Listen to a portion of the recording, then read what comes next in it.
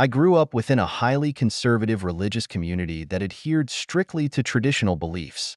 Within this community, the concept of having an abortion was deemed entirely unacceptable, and contemplating divorce was essentially taboo, an action never taken.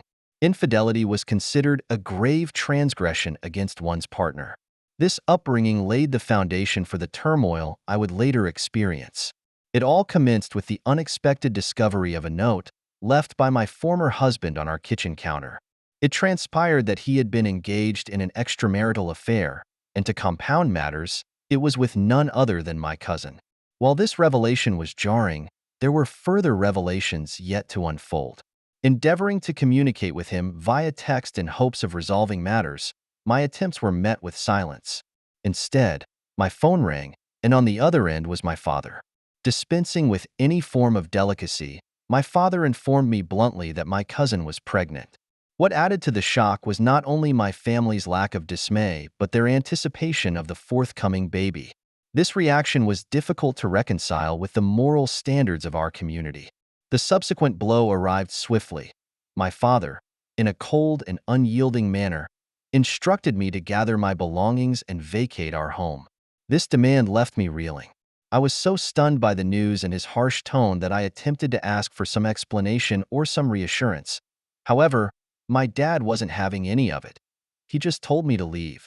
Overwhelmed and not fully processing everything, I obeyed. Leaving the house was a surreal moment. I felt shattered, like my entire world had crumbled. I didn't have many options, so I ended up living in my car. Despite these harsh circumstances, I had a job at a 24-hour gym, which was a small blessing. This job allowed me to maintain some normalcy. I could go in, shower, and work my shifts. This routine was both a necessity and a distraction. Over the next 2 weeks, living out of my car, not a single person from my life reached out. Not my parents, not my ex, no one. It was as if I had disappeared from their lives as easily as turning off a switch. Then, unexpectedly, during a regular work shift, my dad appeared. He wasn't there to reconcile or offer comfort. Instead, he had the divorce papers with him and demanded that I sign them right then and there. According to him, my ex needed everything to provide for the upcoming baby. There was no empathy from my dad, just cold insistence. That was the last straw for me. After he left, I didn't just go back to work like nothing happened. Instead, I took a crucial step. I went out, found an attorney, and handed him the papers I had signed under duress. I was determined to fight back, to find some way to deal with the betrayal and the heartbreak through legal means, hoping for some justice in this overwhelming situation. After I handed my attorney the divorce papers, I felt like I had to wrap up everything else in my life as well. I went back to my job at the gym and asked my boss for my final paycheck. I guess he could sense that I was planning a big change because he told me that the gym had other locations and I could transfer if I wanted to. Grateful for an out, I decided to move to one of our gym's out-of-state locations. Before I left, I also changed my cell phone number to start fresh and avoid any unwanted contacts from my past. Just about 5 days after I moved, I found out I was pregnant. This news hit me hard because I had been on a birth control shot that was supposed to last for 3 months. I was overwhelmed by this unexpected turn, and I braced myself for the possibility of a miscarriage due to the stress and upheaval in my life. I decided to keep the pregnancy to myself for the time being. Then, out of the blue, my attorney reached out. He emailed me a copy of my finalized divorce documents and shared some shocking news. My parents had come to see him. According to what he was told, my cousin had lied about being pregnant, my ex had left her, and now, seemingly with everything falling apart on their end, they wanted to talk to me. Despite their efforts, I chose to maintain no contact. My priority shifted entirely to setting up a stable life for myself and the baby. I managed to get a 2-bedroom apartment and started to rebuild from scratch. It's been a process, but I'm putting together a new life for myself and my soon-to-be-born child, focusing solely on our well-being. Meanwhile, life goes on around me. My best friend is getting married in a few weeks, and I'm looking forward to celebrating something positive with someone close to me. This new chapter, though unexpected, is a chance for me to create a peaceful and loving environment for my baby, away from the chaos of the past. So, my friend from the church where we both grew up, She's getting married soon and wants me to be her maid of honor. That's usually a big honor, right? But there's a problem. I really don't want to bump into my parents or my ex's family at the wedding because things between us are super complicated and, honestly, pretty tense. Understanding my worries, my friend came up with a plan. She offered to pay for extra security at the wedding to make sure I feel safe. She also said that I wouldn't have to hang around for the whole event. I just need to be there for a part called the veil ceremony, where I'd stand next to her for a bit, and then I can leave right before the rehearsal dinner starts. Now, here's another twist. I'm currently 7 months pregnant. I haven't talked to my ex or my parents about the baby because, well, we're not exactly on speaking terms. It's been tough because, on one hand, I really want to support my friend on her big day, but on the other hand, I'm trying to keep my distance from my past to avoid drama. Adding to the drama, my boyfriend sent me a video recently that made things even more complicated. My ex and my grandma showed up at my boyfriend's parents' house. Why? Because my boyfriend is back home until his sister's wedding, and my family thought I might be there too. They were caught on security cameras talking outside. My grandma was looking for me, saying they needed to make things right with the family. My boyfriend's mom explained to her that she hadn't seen me and even suggested that my grandma could come inside and look around if she didn't believe her. She also mentioned that I had left my apartment and was out of money, which was her way of trying to throw them off my trail. So now, I'm stuck deciding whether to go to this wedding or not. I want to be there for my friend who's been so supportive, but I also need to protect my own peace and prepare for the baby. It's a lot to juggle, and I'm really torn about what to do. My grandma showed up at my boyfriend's parents' place looking for me. She talked to my boyfriend's mom, trying to figure out if I had been there. My boyfriend's mom told her I never stayed there, but mentioned that my ex-fiancé had also come looking for me before Grandma did. Then Grandma dropped a big bombshell. She admitted to pushing my dad to kick me out and to file for divorce. She thought it was the best thing for our family at the time because my cousin, who lied about being pregnant, had stirred up so much trouble. Grandma said that I need to set myself aside and support the family right now. Honestly, this made me feel pretty used.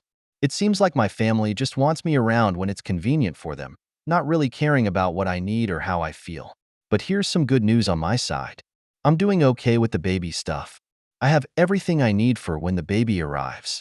I've also applied for family leave at work, and I got approved for 12 months off. That means I can work right up until the baby is born, and then I'll have a whole year to focus on being a new mom.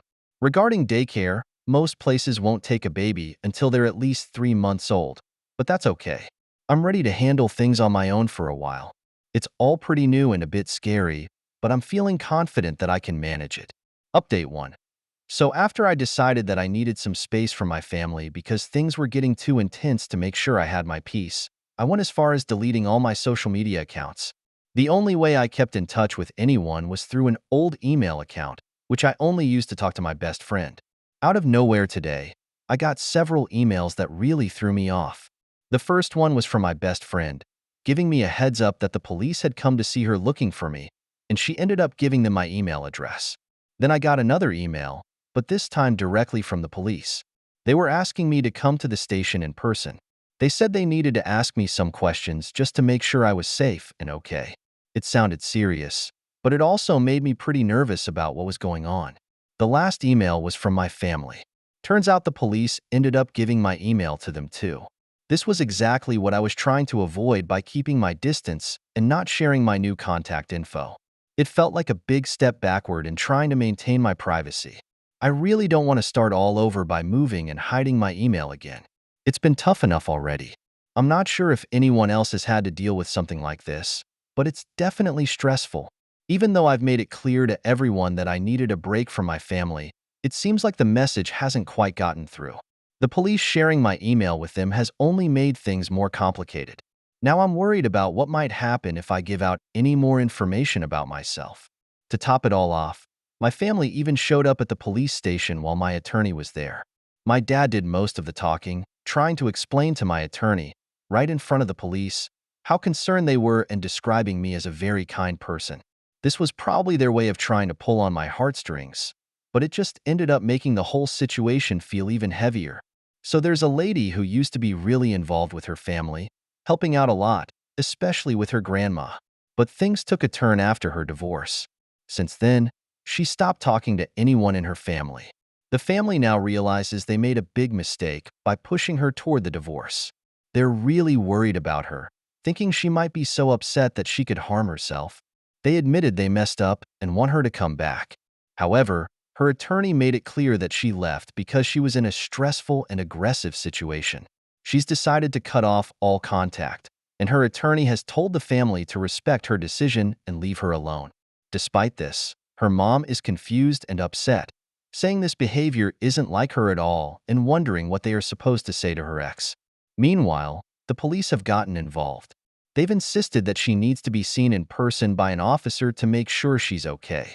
So she's planning to visit a random police station after work to handle this requirement.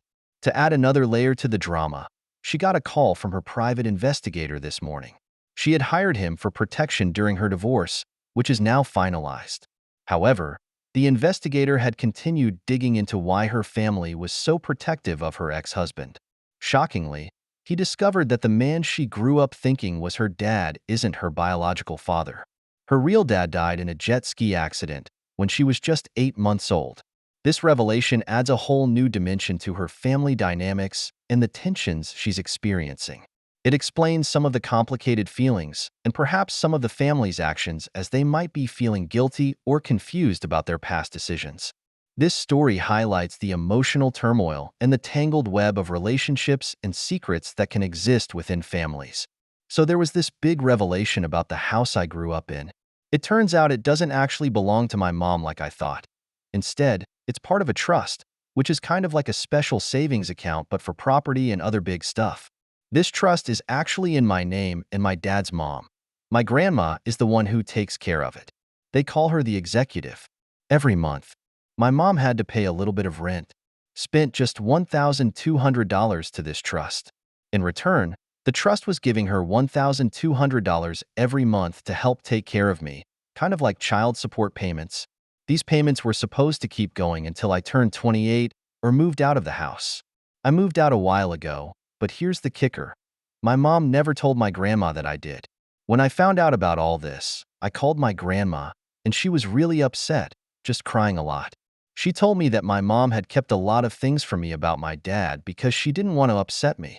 When I was younger, my mom would send my grandma pictures of me growing up but wouldn't let her visit me.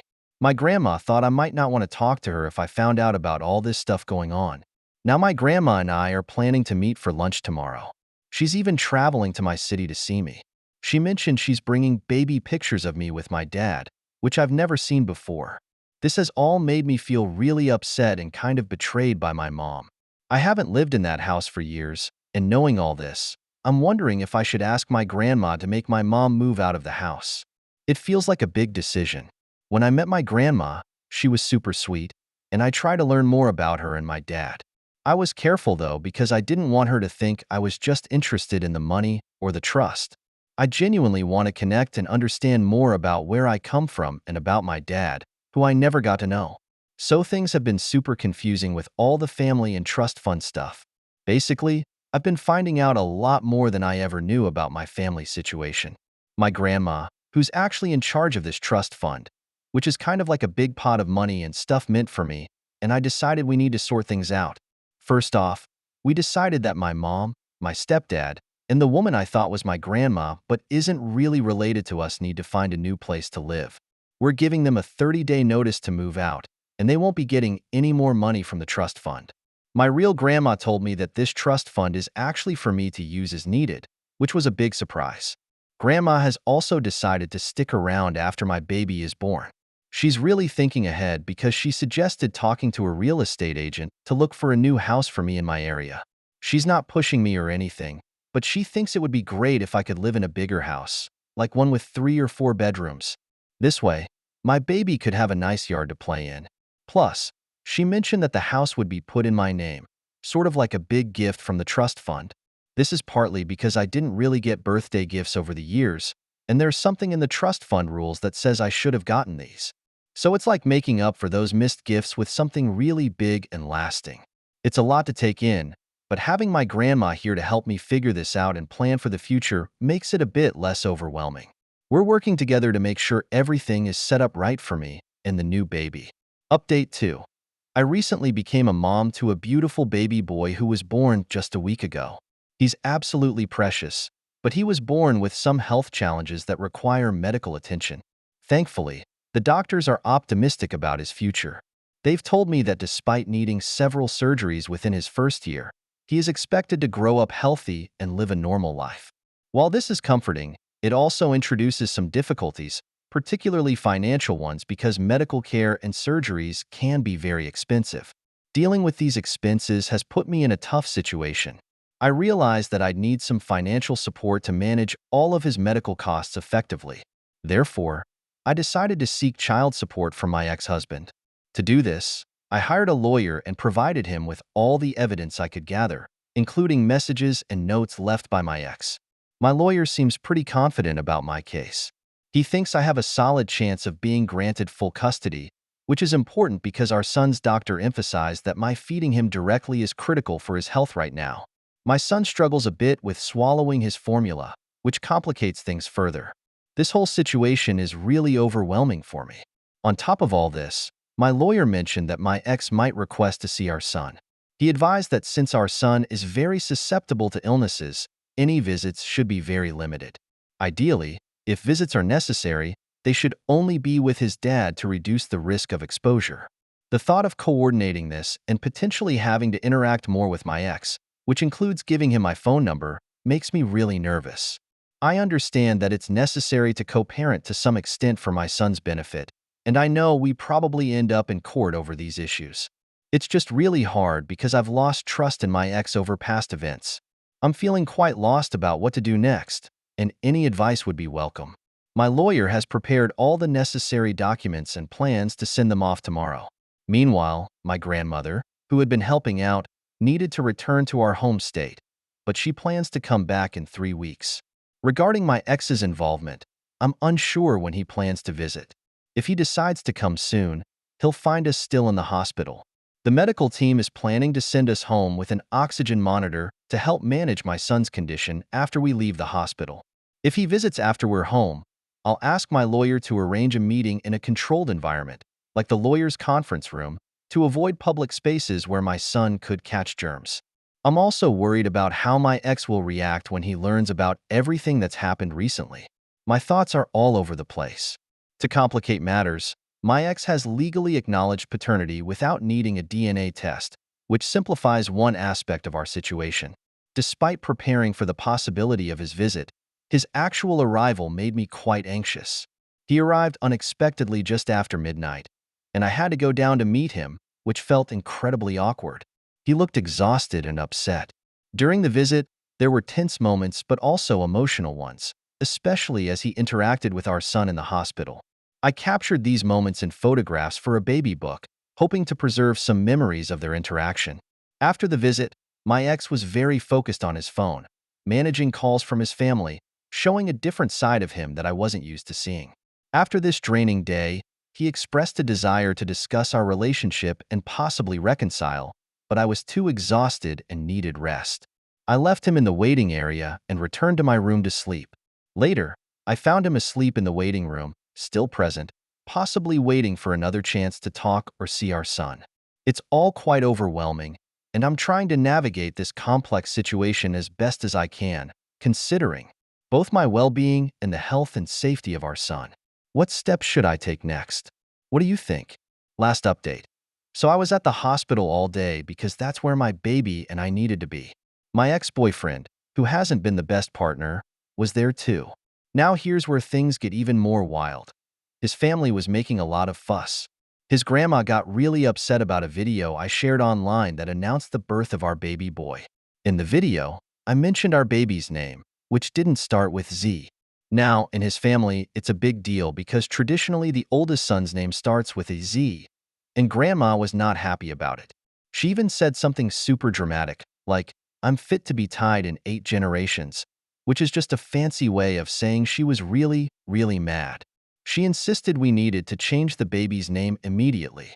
My ex, probably feeling all the pressure, kept trying to have a serious talk with me about us and getting back together.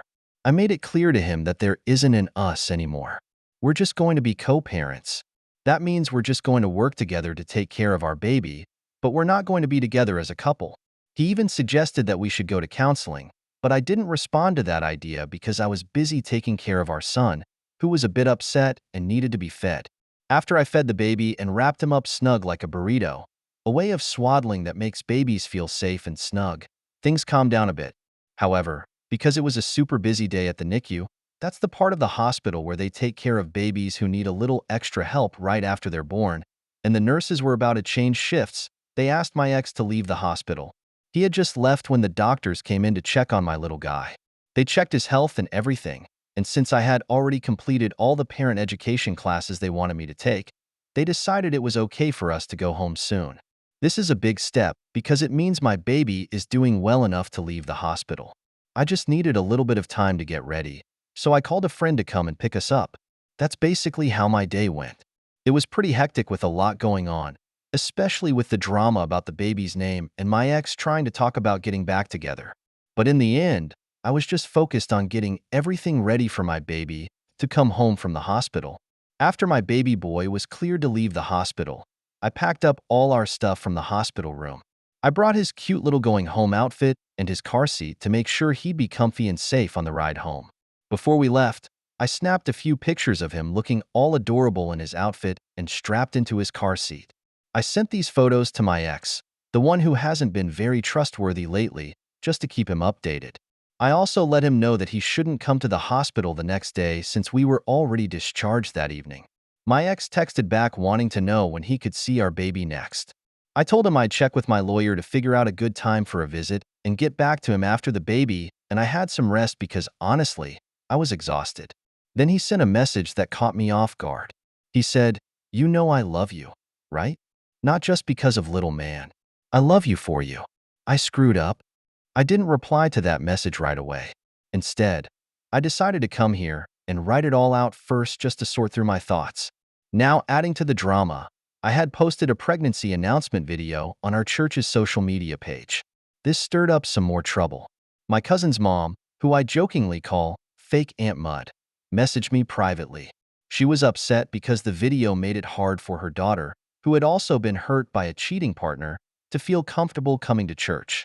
She told me that the video was affecting her daughter's life and asked me to take it down.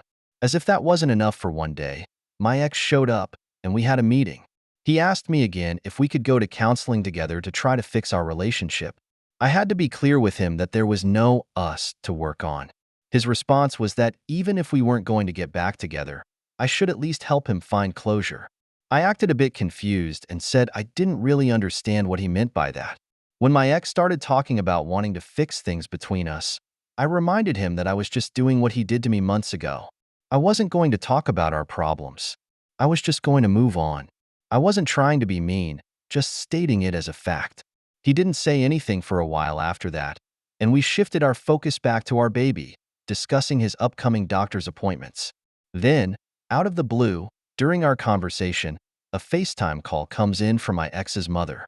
He picks it up and shows her our little man, who has an oxygen monitoring taped to his foot. She was all happy seeing the baby, but then started questioning why her son wasn't staying at my apartment. She even went as far as to tell me that I needed to be more forgiving, suggesting that by not letting my ex stay with me, I was being unchristian. Well, I wasn't having any of that.